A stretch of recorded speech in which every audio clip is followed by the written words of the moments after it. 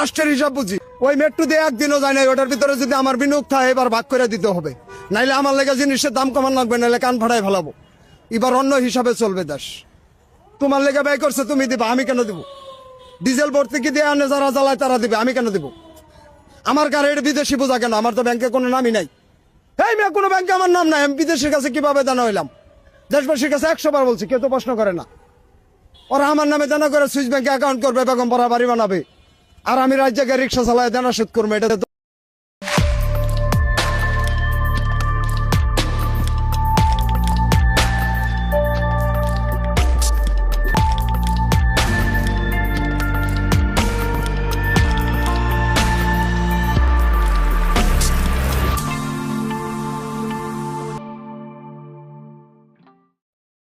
এই ভিডিওটা আগে দেখে রাখলাম এই জন্যে যে আজ যে আলাপ করবো দেখবেন যে বাঙ্গু বুদ্ধিজীবীদের চাইতে এই দরিদ্র মানুষেরা ভালো বুঝে রাষ্ট্র, অর্থনীতি ভালো বুঝে, আর্গুমেন্ট ভালো বুঝে, ভালো তো আর্গুমেন্ট তুলে তারা। যাই হোক, আপনারা জানেন যে বিএনপি সরকার বাজেট দিছে, প্রথম বাজেট। আপনি পত্রিকার মেলা আলাপ দেখবেন কিন্তু কিছু বুঝবেন না, পরস্পর বিরোধী কথা।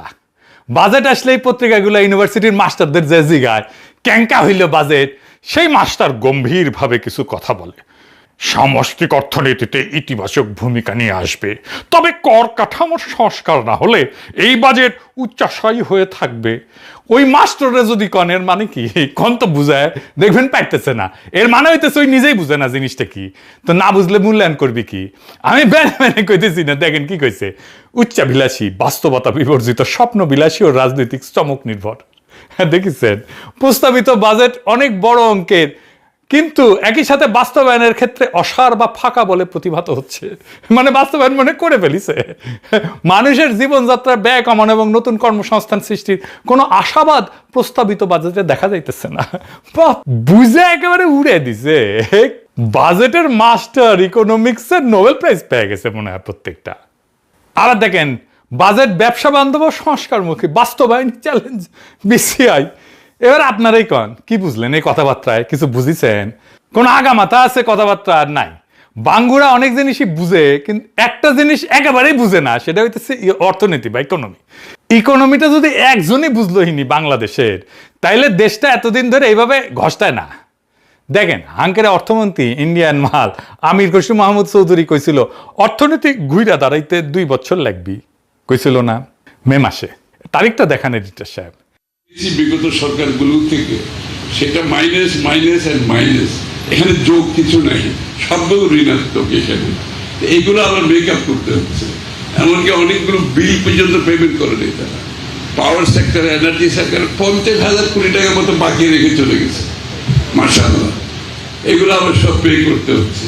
সুতরাং একটা বিরাট মানে অর্থনৈতিকভাবে একটা ভীষণ আমরা ঋণাত্মক অবস্থায় আছি। এখান থেকে আমরা এখান থেকে বের হতে হবে, তারপরে অর্থনীতি সামনের দিকে যাবে। আপনারা নিশ্চয়ই লক্ষ্য করেছেন, আমি বলছি 2 বছর সময় লাগবে অর্থনীতি ঘুরে দাঁড়ানোর জন্য। 1 মাসও যায় না, এখন কইতেছে 4-5 বছর লাগবে ইকোনমি ঘুরে দাঁড়াইতে। কোনটা সত্য, আগেরটা না এখনকারটা? এই বাজেট নিয়ে নাকি আগে বাংলা লুথার কিং অনেকজন জ্ঞানী গুণী বিজ্ঞজনের সাথে কথা কইছে। হ্যাঁ, ভালো কথা। এর মধ্যে নাকি দেবপ্রিয় ছিল, সে বাজেট দেখে কইছে অনেকদিন পর প্রথম একটা চিন্তাশীল বাজেট পেয়েছি। দেখে বুঝতে পারে নাই কি কথা কইবে, বাজেট কি চিন্তা করতে পারে? হ্যাঁ, যাই হোক, আমি হাসিনার আমলে বাজেট নিয়ে এপিসোড করেছি, হয়তো অনেকেই মনে নাই বা দেখেন নাই। আজকে আমি হাতে ধরে দেখাই দেব বাজেট কেমনে দেখতে হয়, বিশেষ করে বাংলাদেশের মতো দেশের বাজেট কেমনে দেখতে হয়। আগে বুঝে নি বাজেট জিনিসটা আসলে কি, সেল চালায় বুঝে যাবেন কলে আমার আলাপে। এটা দেশ চালাইতে তো টাকা লাগে, মন্ত্রী মিনিস্টার আছে, আমলা আছে, ঠোলা আছে, আর্মি আছে, কর্মচারী আছে, তাদের পালা লাগে, বেতন দেওয়া লাগে, ট্যাক্স তোলা লাগে, হাসপাতাল, স্কুল, রাস্তা, মেট্রো বানানো লাগে, এর জন্য টাকা লাগে। এই টাকা কেমনে তুলবে, কত টাকা তুলবে, আর এই টাকা খরচা করে কি হাতি ঘোড়া করবে, সেটার হিসাব হইতেছে বাজেট। সিম্পল জিনিস, খুবই সিম্পল, জলবত্তল রং। এই বাজেট করার আগে নাকি তারেক রহমান সরকার মেলা বুদ্ধিজীবী অর্থনীতিবিদদের সাথে আলাপ করছে, তারপরে এই বাজেট প্রসব করেছে। তো আসেন দেখি ক্যাঙ্কা বাজেট পয়দা করেছে এত আলাপ করিয়া, তাহলে বুঝবেন এরা কেমন বুঝে বাজেট জিনিসটা, রাষ্ট্র কেমন বুঝে, অর্থনীতি কেমন বুঝে। আসেন বুঝে দেখি, আল্লাহর নামে শুরু করি। একটা সংখ্যা দিয়ে শুরু করি, মাত্র একটা সংখ্যা, 6.8%। এটা হইতেছে বাংলাদেশের কর জিডিপির অনুপাত। এই একটা সংখ্যা জানলে আপনি পুরা বাজেট বুঝে যাবেন, কেন রাষ্ট্র ঋণ করে, কেন গরিবের উপর কর চাপে, কেন এই মাথা মোটারা ইকোনমির কিছু বুঝে না। এই একটা সংখ্যার ভেতরে সব লুকে আছে। কর জিডিপি অনুপাত আসলে কি, এই আর কেনই বা এটা সব, এটা বুঝতে হলে একটা জিনিস বুঝতে হবে যে কর জিডিপি অনুপাত মানে কি, হাতি না ঘোড়া, মাথায় দেয় না খায়। একটা দেশ একটা বছরে যত সম্পদ তৈরি করে তার কত শতাংশ রাষ্ট্র কর হিসেবে তুলতে পারে। ভাবেন একটা বিশাল বাজার, সেখানে সারা বছর কেনা বেচা হইতেছে, কেউ সেল বেচছে, কেউ জামা কিনতেছে, কেউ বেতন পাইতেছে, কেউ কারখানায় মুনাফা করতেছে, কেউ কর্মচারী আছে। এই পুরা বছরের সব কেনা বেচা, সব আয়, সব মুনাফা, সব মিলায় যে সম্পদ তৈরি হয় তার নাম জিডিপি। ধরেন এই বাজারে সব মিলায় বছরে 100 টাকার লেনদেন হলো, এটাই এই বাজারের জিডিপি। বুঝে চাও, রাষ্ট্র এই বাজারের ভেতরে দাঁড়ায় আছে, এটা চান্দাবাজ। প্রত্যেকটা কেনা বেচায়, প্রত্যেকটা আয়ে, প্রত্যেকটা মুনাফায় তার একটা বখরা পাওয়ার কথা। বিক্রিতে ভ্যাট, আয়ে আয়কর, মুনাফায় কর্পোরেট কর, আমদানিতে ট্যাক্স, এই বখরাটাই কর। তাহলে প্রশ্ন, 100 টাকায় বাজার থেকে রাষ্ট্র কত টাকা ভাগ তুলতে পারলো, বখরা তুলতে পারলো? এটা হইতেছে রাষ্ট্রের ক্ষমতা। উন্নত দেশে তোলে 34 টাকা, বাংলাদেশে মাত্র 6 টাকা 80 পয়সা। এই 100 টাকার 6 টাকা 80 পয়সা, এটাই কর জিডিপি অনুপাত। বাজার বিশাল, কিন্তু রাষ্ট্রের হাতে আসে সামান্য। কর জিডিপি রেশিও এটা শুধু টাকার হিসাব না, এটা রাষ্ট্রের ক্ষমতার পরিমাপ। একটা রাষ্ট্র তার নাগরিক, বিশেষ করে ধনী নাগরিকের কাছ থেকে কতটা আদায় করতে পারে সেটাই বলে দেয় রাষ্ট্রটা কতটা শক্তিশালী। তুলনা করেন, ইন্ডিয়ার কর জিডিপি 12%, নেপাল এমনকি যুদ্ধবিধ্বস্ত অর্থনীতির দেশগুলো আমাদের চেয়ে বেশি তোলে। আমরা দক্ষিণ এশিয়ার সবচেয়ে নিচের দিকে। কেন উন্নত দেশ উন্নত, এই একটা সংখ্যাই বইলা দেয় গলে। ধনী দেশগুলো যেমন আমেরিকা, জার্মানি, ফ্রান্স, জাপান আছে না, তাদের গড় কর জিডিপি অনুপাত হইতেছে 34%। ডেনমার্ক তোলে 45%, ফ্রান্স তোলে 43%। এবার মিলান, বাংলাদেশ 6.8, মানে উন্নত দেশগুলো তাদের অর্থনীতি থেকে আমাদের চেয়ে 5 গুণ বেশি কর তোলে। এই 5 গুণের ভিতরে লুকায় আছে কেন তারা উন্নত। ডেনমার্কে সবার জন্য বিনামূল্যে শিক্ষা, বিনামূল্যে চিকিৎসা, বেকার ভাতা, এইসব আসমান থেকে পড়ে না, আসে ওই 45% কর থেকে, কর জিডিপি অনুপাত থেকে। রাষ্ট্র ধনীর কাছ থেকে আদায় করে, তারপর সবার জন্য খরচ করে। এটাই উন্নত রাষ্ট্রের মূল মন্ত্র। আর আমরা তুলি 6.8%। তাই এটা তুলে রাষ্ট্র কি দিতে পারবে? তাই স্কুল ভাঙা, হাসপাতালে বেড নাই, ওষুধ নাই, ডাক্তার থাকে না, রাস্তায় গর্ত, কম কর মানে দুর্বল রাষ্ট্র। দুর্বল রাষ্ট্র মানে নাগরিকের জন্য কিছু করতে না পারা। আর এটাই বিএনপি সরকারের টার্গেট দিছে যে 9.6% নাকি নিবি। হ্যাঁ, 5 বছরে 6.8 থেকে 9.6%। মানে সরকার নিজেই স্বীকার করে নিচ্ছে 5 বছরেও তারা 10% দিতে পারবে না। যেখানে ডেনমার্ক 45% আর উন্নত দেশগুলোর গড় হইতেছে 34%। বাংলাদেশ 5 বছরের চেষ্টা করে 10-এর নিচে থাকবে, উন্নত বিশ্ব যেখানে দাঁড়ায় আছে তার ধারে কাছেও না। একটা রাষ্ট্র যদি তার অর্থনীতির 10% কর হিসেবে তুলতে না পারে, তাহলে নিজের ভবিষ্যৎ নিজের অর্থায়ন করতে পারবে না। তো তাকে অন্যের উপরে নির্ভর করতে হবে, ঋণের উপরে নির্ভর করতে হবে, রেমিটেন্সের উপরে নির্ভর করতে হবে, বিদেশি সাহায্যের উপরে নির্ভর করতে হবে। আর যে নিজের খরচ নিজে চালাইতে পারে না, সে স্বাধীনভাবে সিদ্ধান্তও নিতে পারে না। কর জিডিপি 6.8% মানে শুধু কম রাজস্ব না, মানে এটা একটা পরনির্ভর রাষ্ট্র। আচ্ছা, এবার আসেন, এটা খুব ইন্টারেস্টিং জায়গা দেখি। সরকার তো ট্যাক্স তুলবে, কিভাবে তুলবে? তার ইনস্টিটিউট দিয়া, তাই না, কর্মী বাহিনী দিয়া। তো জনগণ তো তার সেবা দেখবে, সরকারের সেবা দেখবে, এমন ভাবে দেখবে যে মানুষ আগ্রহ নিয়ে ট্যাক্স দিবে। সে জানবে যে এই ট্যাক্সের টাকায় এমন সব সেবা আর সুবিধা পাবে যে সেটা নিজেও ব্যবহার করতে পারবে। এই যে রাষ্ট্রযন্ত্র আমরা পালি, পুলিশ, আর্মি, আমলা, কর্মচারী, এসব তো নাগরিকদের জন্য রাষ্ট্রের সেবা নিশ্চিত করার জন্য, তারাই তো ট্যাক্স তুলবে। তাহলে আসেন দেখি এই বিপুল রাষ্ট্রযন্ত্রকে পালতে আমরা কত খরচা করি আর তার তুলনায় কি পাই। এই বাজেট তো 9,38,000 কোটি টাকা, তাই না? কাদের জন্য? সবাই লাফাইতেছে, ইতিহাসের সবচেয়ে বড় বাজেট দিছে বিএনপি। তো এই বাজেটের টাকা কার জন্য খরচা হবে? আমার আপনার জন্য না, আমার আপনার জন্য না। এই বাজেটের 4/3 ভাগ সরকারের পরিচালন ব্যয়, মানে বেতন ভাতা, প্রশাসন, অফিস, গাড়ি আর পুরানো ঋণের সুদ। মোট বাজেটের 74.5%, প্রায় 3/4। মানে কি দাঁড়াইলো? বাজেটের প্রত্যেক 4 টাকার মধ্যে প্রায় 3 টাকায় চলে যাবে রাষ্ট্রযন্ত্রটাকে সচল রাখতে। সরকারি কর্মচারী বেতন, অফিসের খরচ আর অতীতের দেনার সুদ। এই 3 টাকা কোনো নতুন কিছু তৈরি করবে না, কোনো কারখানা না, কোনো রাস্তা না, কোনো হাসপাতাল না। শুধু সরকারি বেতন ভাতায় 89,380 কোটি টাকা, বাজেটের প্রায় 9.5%। সুদ 1,27,500 কোটি টাকা, আরো 13.5%। দুইটা মিলে বাজেটের প্রায় 1/4, শুধু বেতন আর সুদ।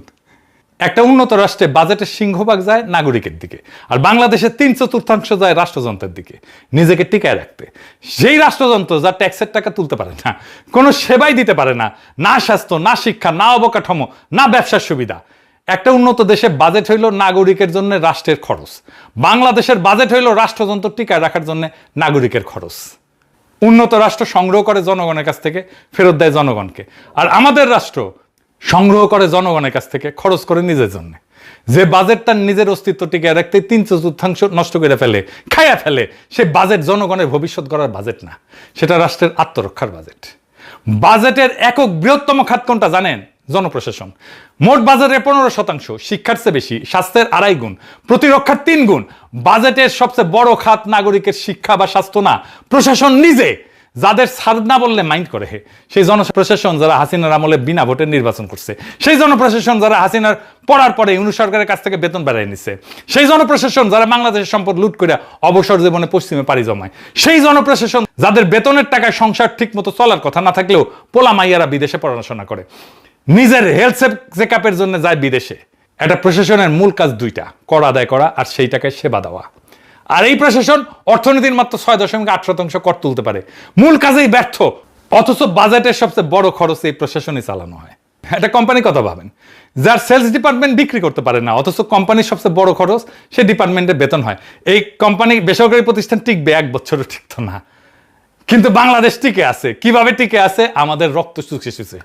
একটা উন্নত দেশে একটা বিশুদ্ধ প্রশাসন, সরকার চালানো খরচ কখনোই বাজেটের বৃহত্তম খাত হয় না। তাদের বাজেটের শীর্ষে থাকে সামাজিক সুরক্ষা, স্বাস্থ্য, শিক্ষা, নাগরিকের সেবার জন্য যা দরকার। প্রশাসন সেখানে সেবা বিতরণের একটা ছোট্ট খরচ মাত্র। আমাদের এখানে প্রশাসনের শীর্ষে। একটা উন্নত রাষ্ট্রের বাজেটের চেহারা নাগরিক কেন্দ্রিক, আমাদের বাজেটের চেহারা প্রশাসন কেন্দ্রিক। আর এই বাজেটকে দেবপ্রিয় বলে চিন্তাশীল বাজেট। তার মানে বুঝেছেন, ওই বাজেট রাষ্ট্র কিছু বুঝে। হ্যাঁ, কি মনে হয় বুঝে? বুঝবে কেমনে? সোভিয়েত ইউনিয়ন পড়াশোনা করেছে, প্লেখানোভেন ইনস্টিটিউটে, উঠে পিএইচডি করেছে, ও পিএইচডি। এবার একটা জিনিস দেখায়, চমকায় যাবেন। আমরা যখন রাজনীতি করতাম, বাজেট আসলে কইতাম গরিব মারার কালো বাজেট মানি না, মানবো না। তা আমি জিগাইতাম গরিব মারে কেন বাজেট? জবাব দিতে পারতো না সিভিভির নেতারা। বুঝুম বাজুম মেলা কিছু কইতো, কিন্তু আসলে এই বাজেট গরিব মারার। আসলে কথাটা ঠিক আছে, টাকা যা তোলা হয় বাজেটের, তা গরিবের কাছ থেকে বেশি তোলা হয়। এটাই হইতেছে বাঙ্গুদের বাজেটের সবচেয়ে নির্মম অংশ। এটা বিস্তারিত বুঝতে হলে দেখতে হবে কর আসে কোথায় থেকে। কর 2 ধরনের, প্রত্যক্ষ কর, ধনীর আয়ের উপরে, মুনাফার উপরে, সম্পদের উপরে সরাসরি কর। যত আয় বেশি তত কর বেশি। আর পরোক্ষ কর, ভ্যাট, শুল্ক, এটা পণ্যের দামের সাথে মিশে থাকে। একটা সাবান কিনলে ধনী গরিব সবাই একই ভ্যাট দেয়। গরিবের আয়ের অনুপাতে করের বোঝা বেশি পড়ে। বড়লোকরা সাবান কিনে যে ট্যাক্স দেয়, গরিব একই পরিমাণে ট্যাক্স দেয়। বাংলাদেশে এই অনুপাতটা কত? মোট রাজস্বের মধ্যে আয় কর 37%, ভ্যাট 37%, আর আমদানি শুল্ক 26%। তাহলে প্রত্যক্ষ কর মানে আয় কর, মানে বড় লোকদের কাছ থেকে বাজেটের করের 37% আসে। আর পরোক্ষ কর, ভ্যাট আর শুল্ক মিলে আসে 63%। মানে দাঁড়াইলো রাষ্ট্র যত কর তোলে তার 2/3 আসে ভোগের উপরে বসানো পরোক্ষ কর থেকে, গরিব মানুষের উপর থেকে। অনুপাতে প্রত্যেক 1 টাকা প্রত্যক্ষ করের বিপরীতে 2.25 টাকা পরোক্ষ কর। পরোক্ষ করের কি বড় সমস্যা সেটা তো বলছি, জানেন। এটা তো গরিব ধনীকে আলাদা করে দেখে না। আবার একটু বুঝে দেখি বিস্তারিত। ধরেন একজন রিক্সা চালক যখন 1 কেজি চিনি কেনে, আর একজন কোটিপতি যখন একই চিনি কেনে, দুইজনই হুবহু একই ভ্যাট দেয়। কিন্তু রিক্সা চালকের কাছে সেই ভ্যাটের টাকাটা তার দিনের আয়ের একটা বড় অংশ, কোটিপতির কাছে কিছুই না। আরেকটা উদাহরণ দিই, ধরেন একজনের মাসিক আয় 10,000 টাকা, আর একজনের 10 লাখ টাকা। দুইজনই মাসে চাল, ডাল, সাবান, ভ্যাট সব মিলে ভ্যাট দিল 500 টাকা। গরিব মানুষটা আয়ের 5% চলে গেল ভ্যাটে, ধনী মানুষটার গেল 0.05%। 100 গুণ পার্থক্য। দুই মানুষে একই ভ্যাট দিল, একই সেবা পাইল, কিন্তু পার্থক্য 100 গুণ। একই কর, কিন্তু বোঝা উল্টা দিকে। যত গরিব তত বেশি বোঝা। এটাই পরোক্ষ করের আসল চেহারা। আর বাংলাদেশের রাষ্ট্র চলে মূলত এই করের 2/3। তাহলে গরিব মারার কর ব্যবস্থা না এটা?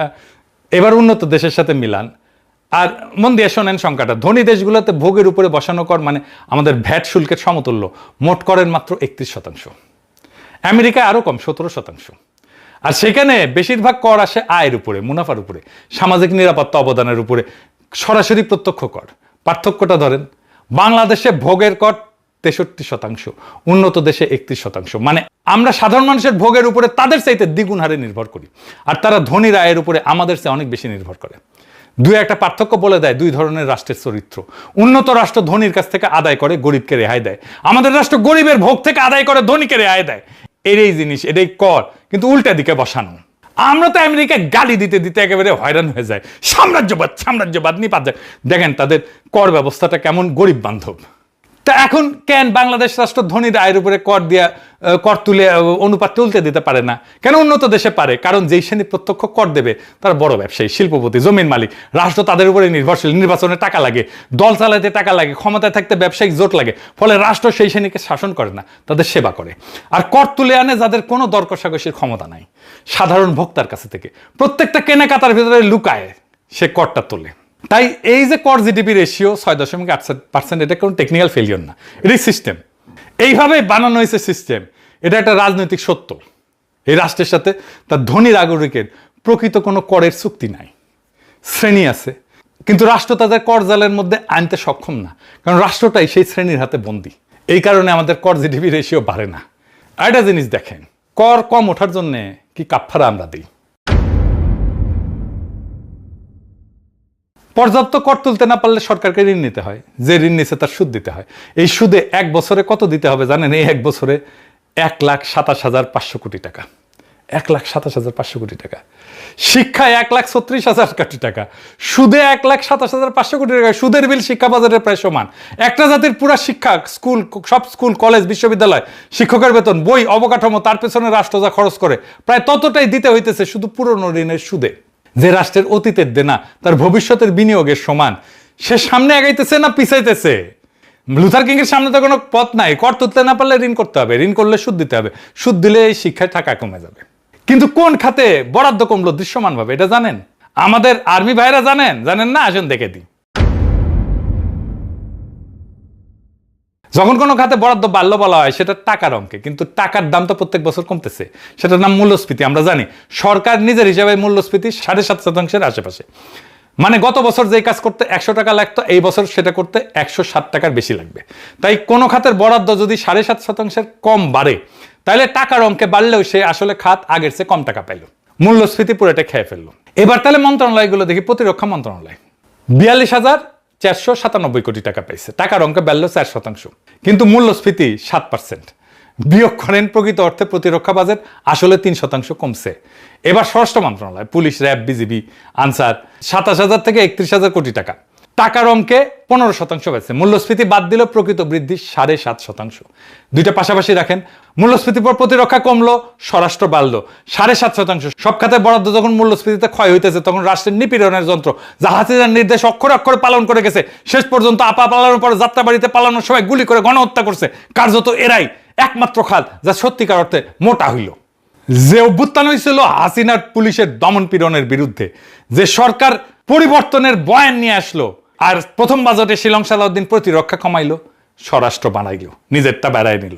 যে সামরিক বাহিনী বিপ্লবের পক্ষে দাঁড়াইলো, তার বরাদ্দ কমলো আজিব ভাত। এখন আমার ক্ষুদ্র ভ্রাতার ভগিনীরা কইবে, তাইলে কিভাবে আমরা রাষ্ট্রের আয় বাড়াইতে পারি? আপনি কয়া দেন, আমি আর কি কমু কর। আপনারা দেখছেন জামাত এনসিপি 2 দলই বিকল্প বাজেট দিছে না? 2 দলের একটা টিম কাজ করছে না? করছে তো। তারপরে এই 2 দলের একবারের জন্য আমার কিন্তু জিগাইনি, আচ্ছা বলেন তো আমরা একটা বিকল্প বাজেট দিব, আপনার মতামত কি? তারেক রহমান তো দেবপ্রিয়রে ডাকছে, তাই না? দেবপ্রিয় তো বিএনপি করে না, তাও ডাকছে। জামাত আর এনসিপি কোন পিওরে ডাকছে? নাকি কাউরি ডাকে নাই? আমার ধারণা কাউরি ডাকে নাই, কারণ ওরা তো সবার থেকে বেশি বুঝে। জামাত এনসিপি যে বিকল্প বাজেট দিচ্ছে, আমি কোনো মূল্যায়ন করব না, আপনারাই এই আলাপ করলাম, তার আলোকে দেখবেন ওরা এমন কি বিকল্প বলছে যা লুথার কিং দিছে, তারা একই জিনিস দিছে, কোনো বিকল্প দেখায়নি। আপনারা দেখেন সংসদে কি আলাপ করে, কোনো বুদ্ধিদীপ্ত আলাপ করতেই পারবে না এরা। তারপরে বলি, আমি এই বাজেট নিয়ে কাজ করলে কি করতাম? কর জিডিপি 6.8 থেকে বাড়াইতাম আমি। কর বাড়ানোর কথা উঠলে সরকার একটা কাজই করে, যে ইতিমধ্যে যারা কর দেয় তার ঘরে আরো ট্যাক্স চাপায়, ভ্যাট চাপায়, করদাতার হার বাড়ায়।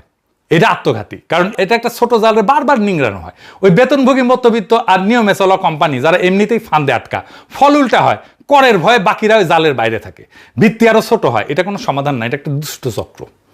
আসল রাস্তা হার বাড়ানো না, ভিত্তি বাড়ানো। আর এটার একটাই উপায় হইতেছে ফর্মালাইজেশন।